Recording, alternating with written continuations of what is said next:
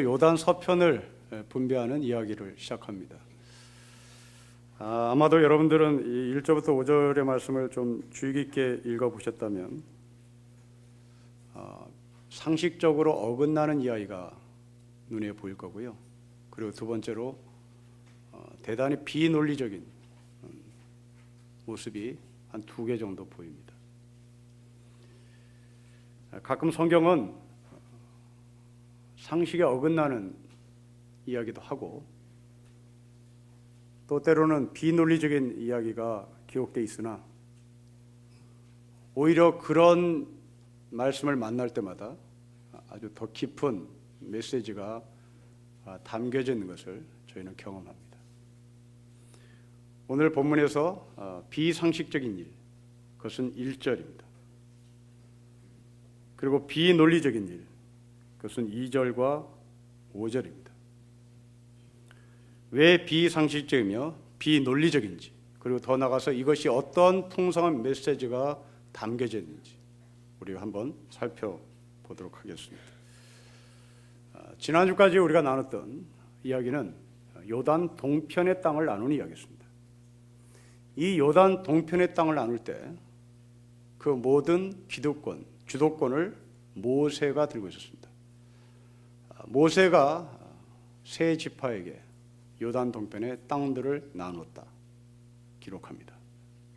오늘은 좀 이상합니다. 여러분 1절 말씀 보십시오.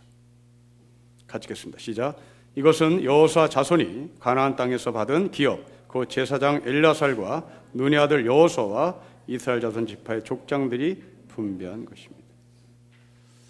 우리가 알다시피 가나안 땅 여호수아가 정복했고 여호수아가 진두지휘했고 여호수아가 1등 공신입니다. 그렇다면 14장 1절은 여호수아가 이스라엘 백성들에게 땅을 분배했다라고 기록해야 맞습니다. 이것이 상식입니다. 지금 이것은 수필 쓰는 것도 아니고요. 이것은 그냥 농담 따먹기 하는 거 아닙니다. 이건 공식 문서입니다. 특별히 지금 여기는 전쟁이 마친 상태입니다. 곧 이 말은 전리품을 나누는 자리에 있단 말입니다. 정치로 얘기하면 투표가 끝난 다음에 농공 행상을 하는 자리입니다. 교회로 얘기하면 항존직분자를 뽑고 난 이후에 맨 앞에 교회 수첩 이름에 어떤 장로의 이름이 올라갈 것이냐는 문제입니다.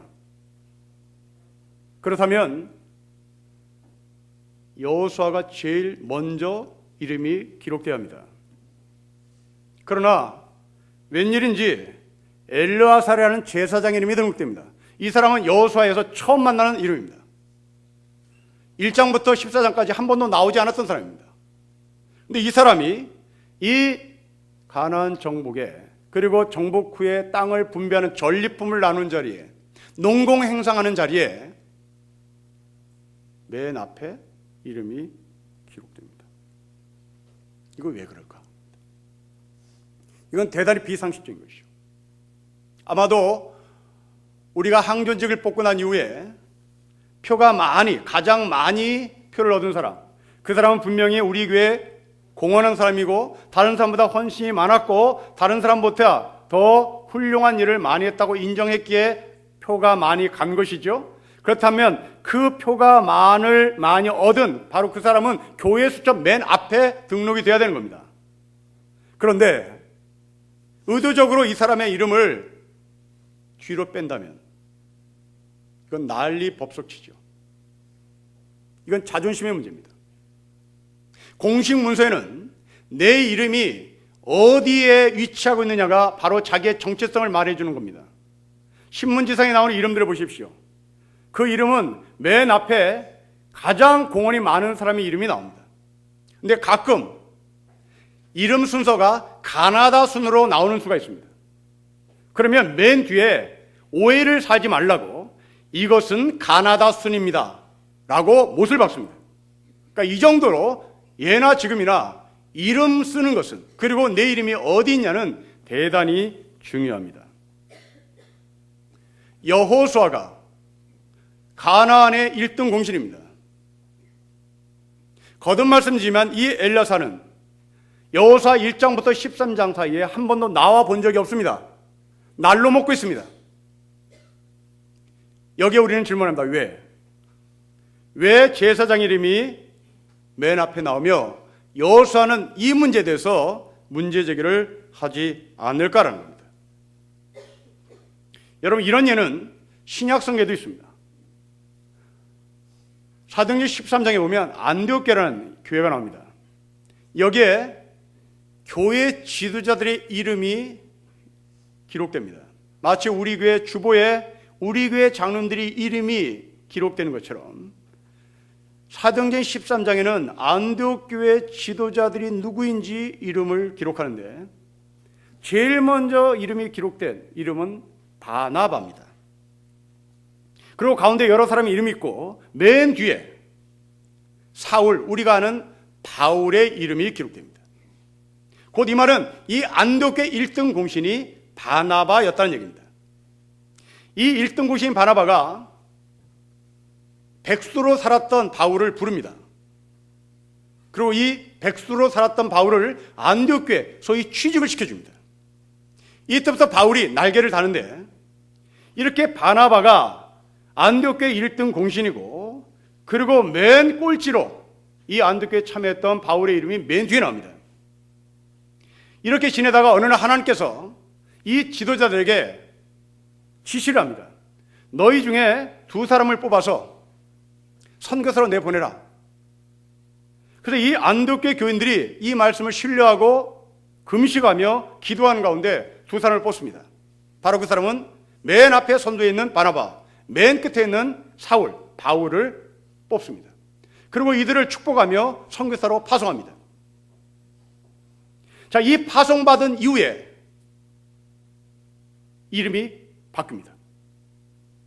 사도행전 13장 9절 이하에 보면 바나바와 바울이라는 이름을 위치를 바꿉니다. 바울과 바나바입니다. 그 기준이 뭘까? 대단히 궁금합니다. 도대체 왜 바나바와 사울이라고 했던 이 이름 순서가 어느 시점에 가서 바울과 바나바로 이름이 바뀔까? 그리고 영원토록 바울과 바나바로 바뀝니다. 그러니까 이게 도대체 무슨 일일까? 하고 성경을 다시 꼼꼼히 뒤져보면 거기엔 하나의 기준이 있습니다. 그 기준은 13장 9절입니다. 사울이 성령 충만했다라는 기준이 있습니다.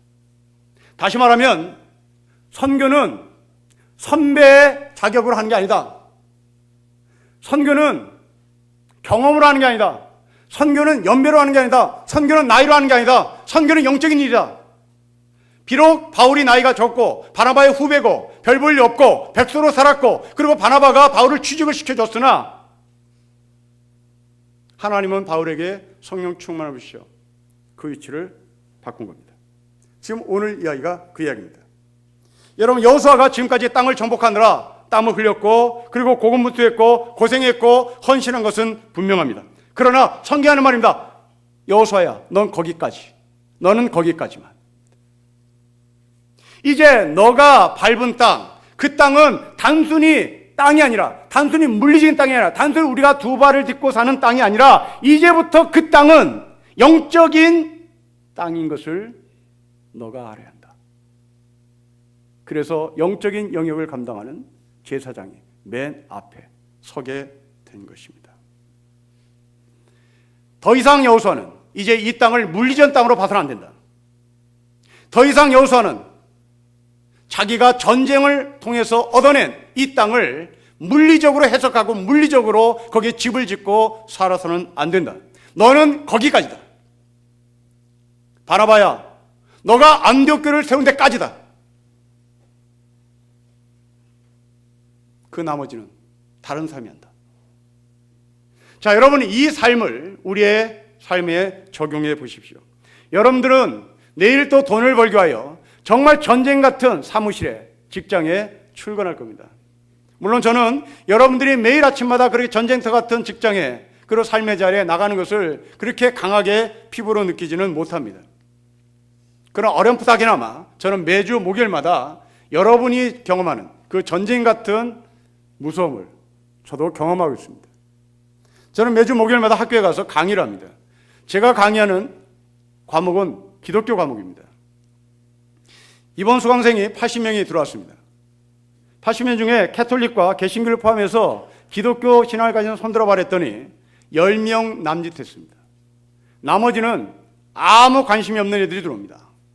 여러분, 그 광경을 한번 상상해 보십시오. 그 싸늘함. 저 깽깽 같은 교수가 우리한테 뭐하러 와서 이걸 강의한다 그래? 개독교라고 비난받는 그 종교를 뭐하러 자랑 삼아 여기에 나와서 우리 앞에 강의하려고 하나 하고 대단히 싸늘합니다. 여러분, 2년 전에는 제 강의에 캐톨릭과 개신교 교인이 한 명도 없었습니다.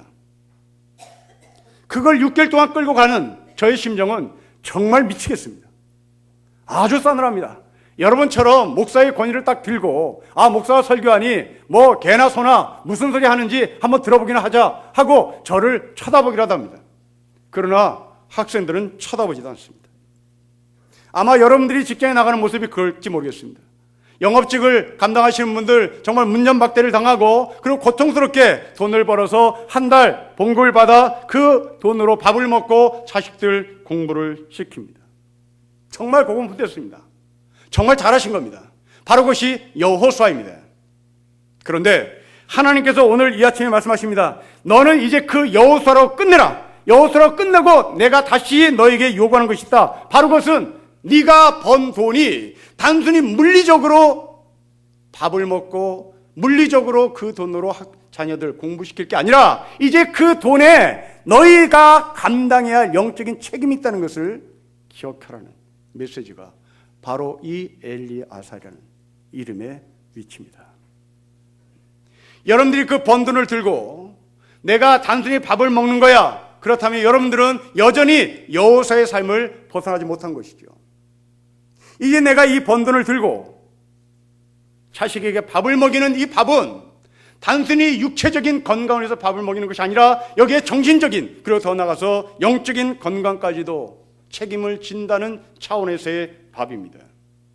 그렇다면 여러분들이 벌어 들어온 그 돈이 깨끗해야 된다는 말입니다. 여러분들이 벌어들인 그 돈이 사기쳐서 번 돈이라면 그 돈으로 밥을 한 그 돈에는, 그 밥 안에는 독이 들어가 있다는 말입니다. 그 독을 내 자식이 먹습니다. 그리고 그 독을 들고 아이가 공부하러 학교에 갑니다. 여러분, 인간은 영적인 존재며 정신적인 존재며 동시에 육체적인 존재입니다. 사도 바울은 이것을 로마서 12장 1절에서 이렇게 얘기합니다. 너희 몸을 하나님이 기뻐하시는 거룩한 산 제사로 드려라. 이것이 너희가 드릴 영적 예배라는 겁니다. 너희의 몸을 너희의 몸으로 드리지 말고 너희의 몸을 하나님께 드리는 것이 영적 예배라는 말입니다. 여호수아야, 이제 더 이상 가나안은 땅이 아니다. 더 이상 가나안 땅은 그냥 물리적인 땅이 아니라 거룩한 땅이다. 바로 이런 것처럼 여러분의 가정이 그냥 새끼 밥 먹고 사는 가정이 아니라 이제부터 여러분의 가정은 거룩한 가정이다. 이 거룩한 가정이 되게 하여 여러분들은 엘리아살의 위치에 남편이 서건 아내가 서건 밥 먹는 자리 앞에, 돈 버는 자리 앞에, 저금 통장 앞에 그 엘리아살이 서 있어야 되는 겁니다. 내가 늘 아침마다 출근하는 그 직장이 새끼 밥을 해결하여 고군분투하는 직장을 뛰어넘어 하나님께서 나에게 허락하신 거룩한 땅, 바로 거기에 내가 서 있는 겁니다. 모세는 가나안 동편에 살고 있는 세 지파에게는 그냥 땅이나 먹고 땅이나 들고 살라고 얘기합니다. 그러나 여호수아는 요단 서편의 땅을 분배할 때 여호수아의 정치력, 여호수아의 정복력, 여호수아의 헌신을 뒤로 빼고 바로 그 자리에 제사장 엘리아사를 세워 놓습니다. 여러분의 가정이, 여러분의 직장이 바로 이러한 모습으로 세워지기를 주의 이름으로 축복합니다. 이제 모순입니다. 여러분 2절이죠. 2절을 같이 읽겠습니다. 시작. 여호와께서 모세에게 명령하신 대로 그들의 기업을 제비 뽑아 9지파와 반 지파에게 주었습니다. 여러분 1절을 보십시오. 협의체입니다. 협의체로서 세 종류의 사람이 참여합니다. 그러면 이 협의체가 협의를 해서 결론을 내리면 됩니다. 그런데 2절은 또 생뚱맞게 제비를 뽑습니다. 논리모순이죠. 아니 1절에서 세 사람이 협의해서 같이 파는 여기, 문화세 파는 여기 되는 겁니다. 근데 왜 협의체에서 제비뽑기로 전환되는 것일까? 아마도 1절의 이 협의체가 결렬되어서 그런 것일까? 결론이 별로 좋지 않게 나오자 제비뽑기로 전하는 것이 아닐까? 어떤 방법이든 간에 우리는 질문합니다. 왜입니다. 왜 제비뽑기라는 방법이냐 말입니다. 우리는 이 제비뽑기를 복불복이라고 해석할 수가 있습니다. 그러나 성경은 제비뽑기가 절대 복불복이라고 말하지 않습니다. 먼저 성경에서 언급하고 있는 제비뽑기를 말씀을 드립니다. 여러분, 제비뽑기는 고대 이스라엘 사회에서 의사결정을 하는 방법 중에 하나였던 것은 분명합니다. 그리고 성경에는 이런 장면들이 몇 번 나옵니다. 잠언 16장 33절에서 제비뽑기를 이렇게 정의합니다. 사람이 제비를 뽑으나 이를 작정하는 것은 하나님이라는 말씀을 하고요. 잠언 18장 18절에서는 제비 뽑는 것은 다툼을 그치게 하여 강한 자 사이에 그 문제를 해결한다라고 말씀합니다. 신약 시대에도 제비 뽑기였었습니다.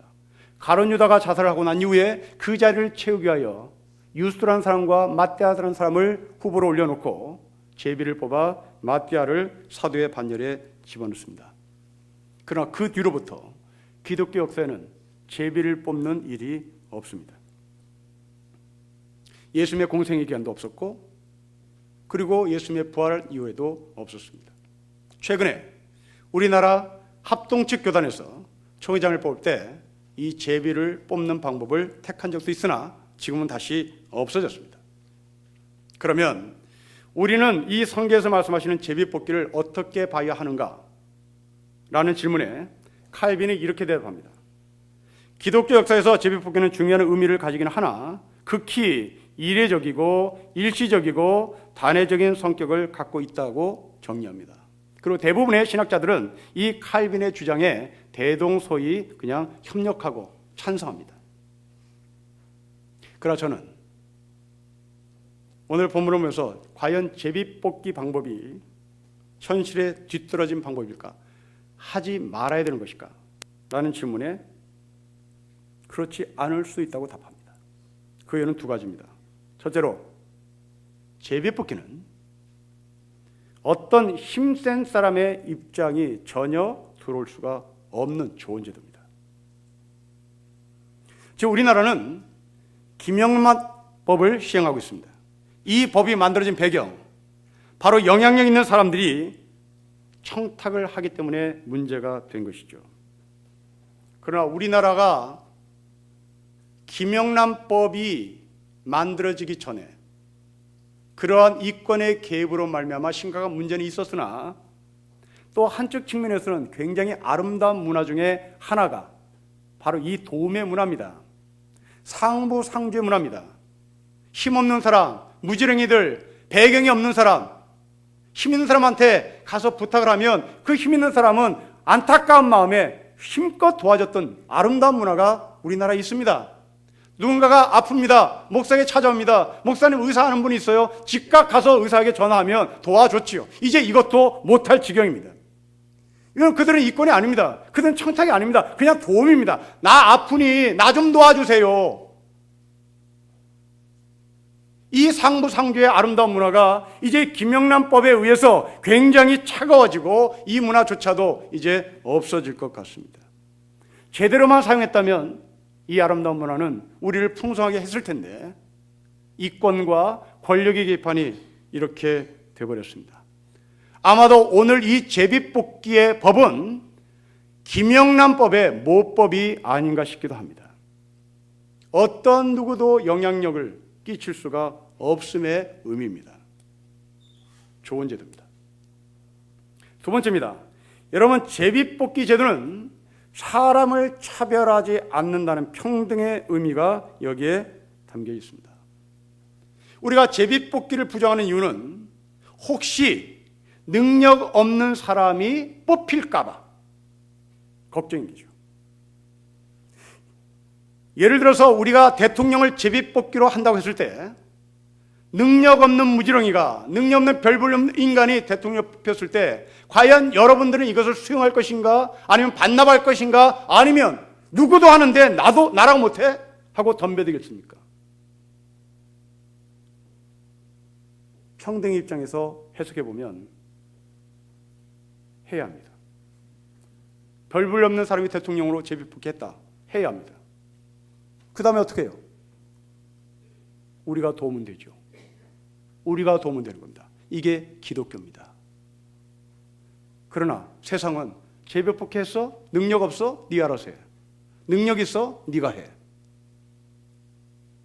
그러나 성경은 힘없는 사람이 제비를 뽑혔다 하더라도 그것을 돕도록 우리의 마음을 갖게 하는 겁니다. 물론 저는 지금 대단히 비현실적인 이야기를 하고 있는 것 같습니다. 하지만 저는 이것이 가능하다고 주장하고 가능한 것을 저는 경험하고 있습니다. 여러분들 저를 보시면 이 제비 뽑기 방법, 여기에 담겨진 의미가 단순히 이상적인 의미가 아니라 현실 가능성이 있다는 것을 볼 것입니다. 제가 목사가 됐다면 이 세상에 어떤 목사가 될 수 없는 사람 없습니다. 이게 제비 뽑기입니다. 저는 제 아내와 함께 차를 마시면서 거의 차를 마실 때마다 고백하는 고백이 있습니다. 우리 교회를 자랑하고, 우리 교회를 사랑하고, 우리 교회를 존경합니다. 입 바른 소리가 아니라 집사람과 내가 차를 마시면서 하는 진실된 고백입니다. 왜냐하면 우리 교회는 저를 목사가 되도록 기다려줬고, 지금도 기다리고 있고, 돕고 있고, 도와줬습니다. 오늘 본문으로 얘기하자면 제가 제비를 뽑힌 겁니다. 그것도 재수없게 제비를 뽑힌 겁니다. 능력 있는 사람이 제비를 뽑힌 것이 아니라 제일 별 볼 일 없는 인간이 제비가 뽑혀 여러분들의 속을 고통스럽게 한 겁니다. 그런데도 기다렸습니다. 그런데도 돕습니다. 그런데도 기다려주고 있습니다. 별 볼 없는 무지랭이를 사람으로 대해준 평등의 의미가 제비 뽑기에 담겨졌던 것처럼 바로 저를 그렇게 대해주셨기 때문입니다. 여러분, 다음 때 우리는 선교 축제를 합니다. 여러분이 있기를 권한을 치겠습니다. 바로 강사로 오실 분이 쓴 시골집 이야기입니다. 여러분, 이 책에 보면 장애인과 비장애인이 함께 사는 것이 이분의 철학입니다. 우리는 비장애인을 따로, 그리고 장애인을 시설로 보내는 것이 사회의 틀입니다. 근데 이분은 그 틀을 거부하고 장애인과 비장애인이 함께 사는 시골 마을 화천에 공동체를 꾸려 사는데, 그 책에 보면 대소변을 가리지 못한 한 장애인의 얘기가 나옵니다. 이 책은 아주 재밌습니다.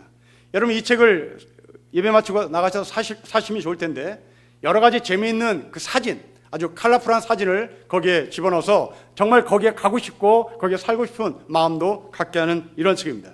여러분, 이 책에 한 장애인 여성이 나옵니다. 현재 40이 넘은 계산이 되는 여성인데, 이 40이 넘은 여성이 어릴 때 진경이라는 이름을 가지고 이 장애촌에, 이 공동체촌에 들어옵니다. 이때 이 진경이는 똥오줌을 못 가리는 여성이요, 어린 아이였습니다. 똥오줌을 못 가는 끝난 것이 아니라 똥을 벽에 바르기도 하고 자기가 싼 똥을 그냥 입에 집어넣어서 먹기도 하는 아이였습니다. 그런데 이 공동체 안에서 이 아이를 어떤 누구도 차별을 하지 않습니다. 그리고 끊임없이 대소변을 가릴 수 있도록 돕습니다. 그런데 놀라운 것은 한 달 만에 이 진경이가 화장실에 가서 대소변을 가립니다. 어떻게 이것이 가능했을까요? 그들은 사회사업학자가 아닙니다. 그들은 사회사업 라이센스를 들고 있는 자들이 아닙니다. 그들은 그냥 촌부고 그들은 그냥 촌딱의 아내들입니다. 그러나 이 아이가 40이 넘은 현재 이 진경한 여성이 대소변을 갈 수 있던 유일한 근거는 거기에 있는 모든 식구들이 이 아이를 사람으로 대했기 때문입니다. 사람으로 대할 때 사람이 됩니다. 사람을 물건으로 할 때 그 아이는 물건이 됩니다. 여러분 자식을 사람으로 대할 때 사람이 됩니다. 여러분 자식을 공부하는 기계로 만들 때 그 아이는 기계가 된 겁니다. 대단히 차갑습니다.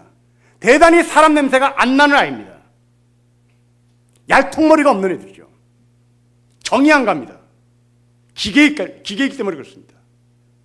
여러분 자녀들에게 다시 한번 하나님의 관점으로 그 자녀를 보십시오. 내가 내 아이를 사람으로 보는지, 내가 내 아이를 공부하는 기계로 보는지, 내가 내 아이를 사람으로 보는지, 내가 내 아이를 출세하는 도구로 보는지를 보시란 말입니다. 여러분 자식을 결혼시킬 때 사람과 사람의 만남의 결혼인지, 가문을 보고 결혼하는 건지, 학벌을 보고 결혼하는 건지, 그 아이의 배경을 보고 결혼하는 건지, 연봉을 보고 결혼하는 것인지, 가문을 보고 결혼할 것인지를 한번 보라는 말입니다. 사람을 사람으로 대할 때 거기는 기적이 납니다. 마태복음 25장의 양과 염소의 비유를 기억해 보십시오. 하나님께서 양에게 말합니다. 너가 나에게 먹을 것을 줬고, 너가 나에게 마실 것을 줬고, 너희가 나에게 옷을 줬고, 여러 말씀을 하자. 이 양의 입장에 서 있던 사람들이 하는 말입니다. 우리 그런 적 없어요.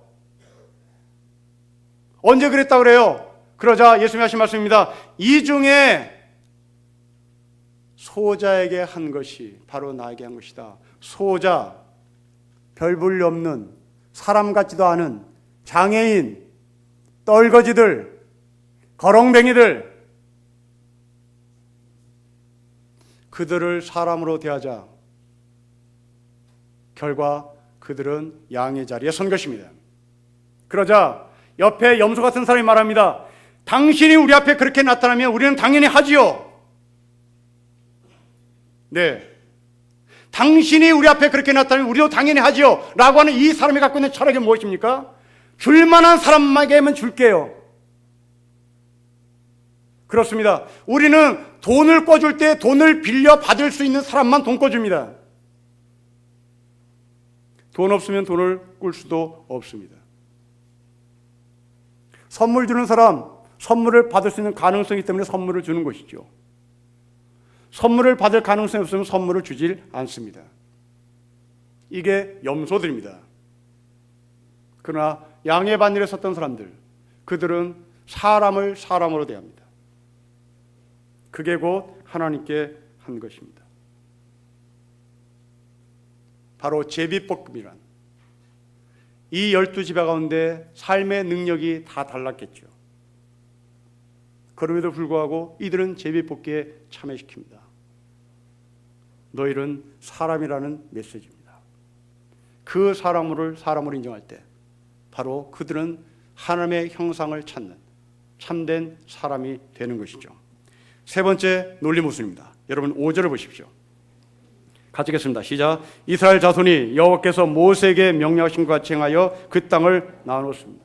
1절, 2절, 5절 모순입니다. 1절 협의체, 2절 제비뽑기, 5절 이스라엘 자손. 대체 어디에 장단을 맞춰야 되냐 말입니다. 대체 이게 뭐냐 말입니다. 이러자 아마도 사회학자들은 이 5절을 보며 이건 가장 가치 있는 말씀이다. 왜냐하면 이 5절은 민주주의의 원형이다.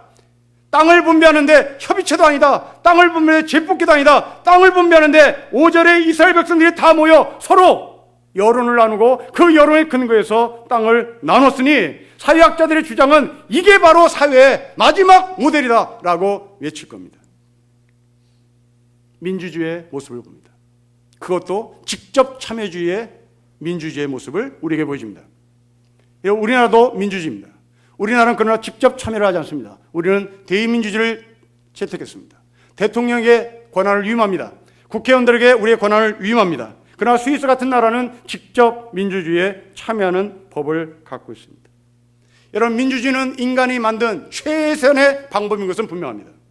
북한을 보십시오. 북한도 민주주의입니다. 우리나라도 헌법 제1조 1항의 민주공화국입니다. 민주주의라는 것은, 이 민주라는 것은 정말 인간이 만든 최고의 가치체인 것은 분명합니다. 그러나 성경은 이 민주주의가 완벽한 제도라는 것을 인정하지 않습니다. 민주주의는 여론정치입니다. 여론정치는 표대결입니다. 그 사람이 아무리 도둑놈이고 사기꾼이고 나쁜 사람이라 할지라도 표만 얻으면 선이 되는 것이 민주주의의 철학입니다. 성경은 과연 그것을 인정할까? 그렇지 않습니다. 3절과 4절 때문입니다. 여러분, 3절과 4절을 보십시오. 같이 읽겠습니다. 시작. 이는 두 지파와 반 지파의 기업은 모세가 요단 저쪽에서 주었으며 레위 자손에게는 그들 가운데서 기업을 주지 아니하였으니 이는 요셉의 자손이 므낫세와 에브라임의 두 지파가 되었음이라. 이 땅에서 레위 사람에게 아무 분깃도 주지 아니하고 다만 거주할 성읍들과 가축과 제산을 위한 목초지만 주었습니다. 레위인 때문입니다. 여러분, 이 레위인이 뭐 하는 사람입니까? 이들은 제사를 드리는 사람입니다. 이들은 영적인 리더입니다. 그러나 이들이 하는 일이 무조건 5절에서 이스라엘 백성들이 결정한 것을 따르는 백성들의 편이 아닙니다.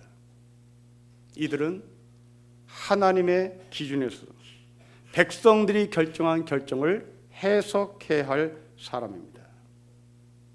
레위인들은 제사를 드리는 제사장으로 끝나는 것이 아니라 그 지역사회에서 감독을 해야 하는 감독 역할입니다. 지금 우리는 여기에 서 있습니다. 그래서 3절, 4절, 5절을 묶어보면 정교 분리가 나옵니다. 레위인들 종교입니다. 이스라엘 백성들 여론정치 펴고 있습니다. 거기에 분리된 모습을 우리에게 보여주죠. 우리 헌법에서 정교 분리를 원칙으로 하고 있습니다. 그러나 이 정교 분리를 해석하는 데 있어서 정말 엉뚱하게 해석하고 제대로 해석하는 입장을 우리는 볼 수 있습니다. 잘못된 해석입니다. 정교 분리란 서로 간섭하지 말자는 이야기다. 해석 잘못된 겁니다. 정치가 썩을 때 종교는 분리니까 자기네가 알아서 하겠지. 잘못된 해석입니다.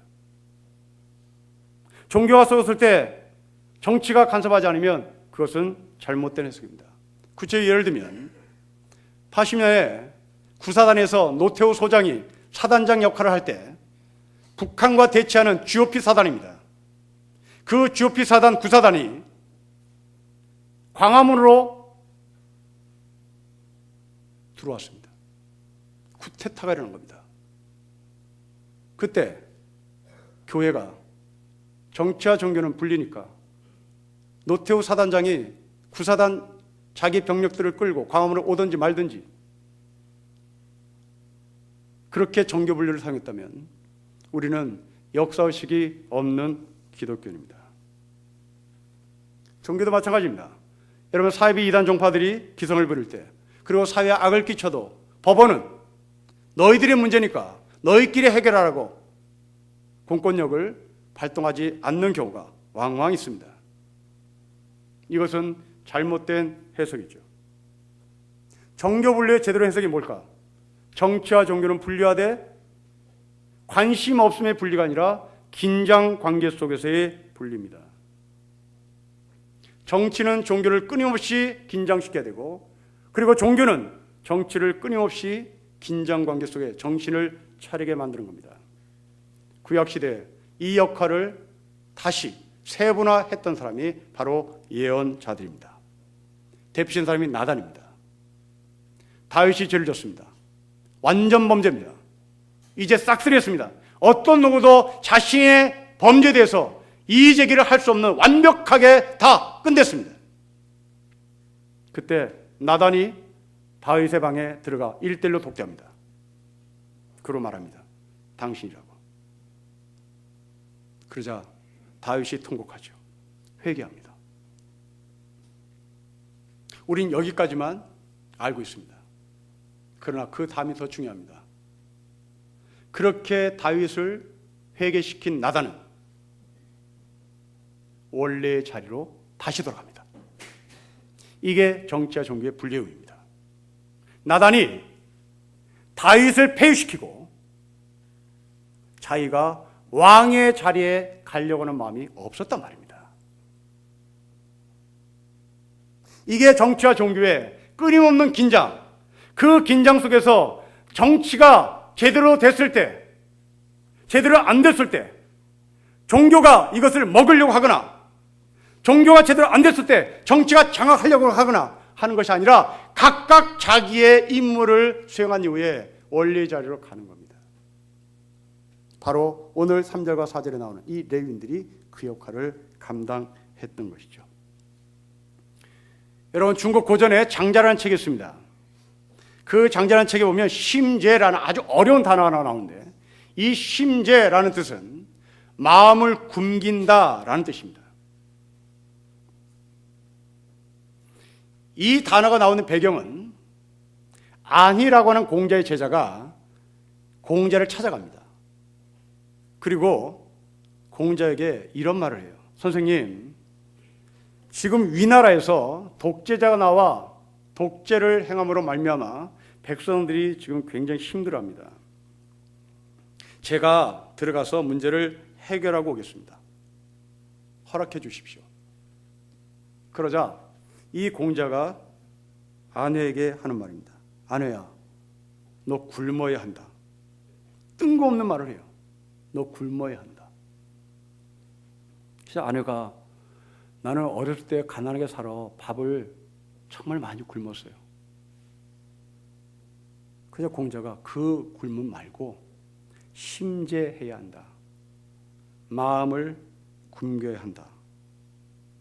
만일 네가 심제하지 않으면 너도 죽고 백성도 죽는다 라는 말합니다. 여러분, 이게 무슨 말입니까? 공자는 아내를 꿰뚫었던 거죠.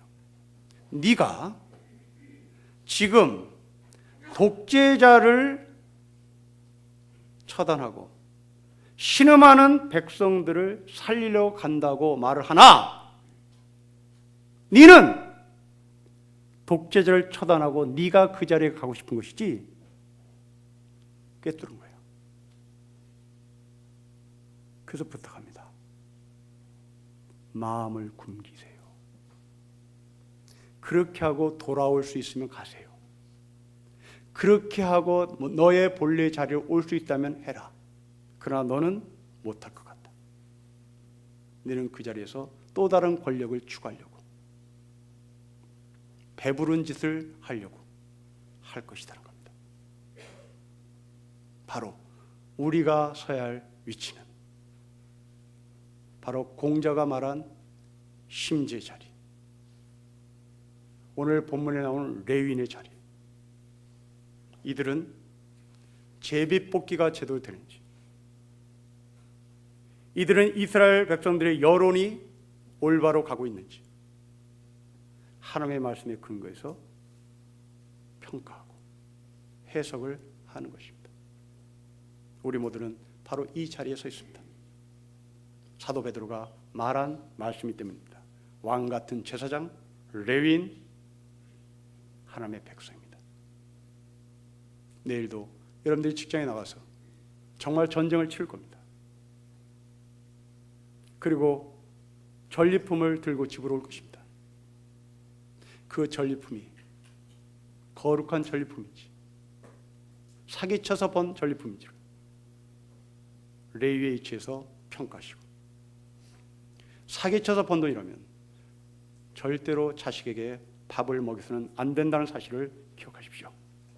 그 자식은 사기쳐서 번 돈으로 말미암아 독을 먹고 있다는 사실을 저희가 영적인 눈으로 간파해야 될 것입니다. 여러분 가정에 이 레위의 영성이 풍만하기를 주 이름으로 축복합니다. 기도하겠습니다. 하나님 아버지, 삶의 방법이 다르고 문제를 해결하는 방법이 다 다르나 우리가 한자리에 레위의 모습으로 서 있어야 하는 사실을 저희가 놓치지 않고 살겠으니 이 영적인 레위의 영성을 우리가 끈질기게 간직하며 살아갈 수 있도록 축복하여 주십시오. 주 예수 그리스도의 이름으로 기도합니다. 아멘.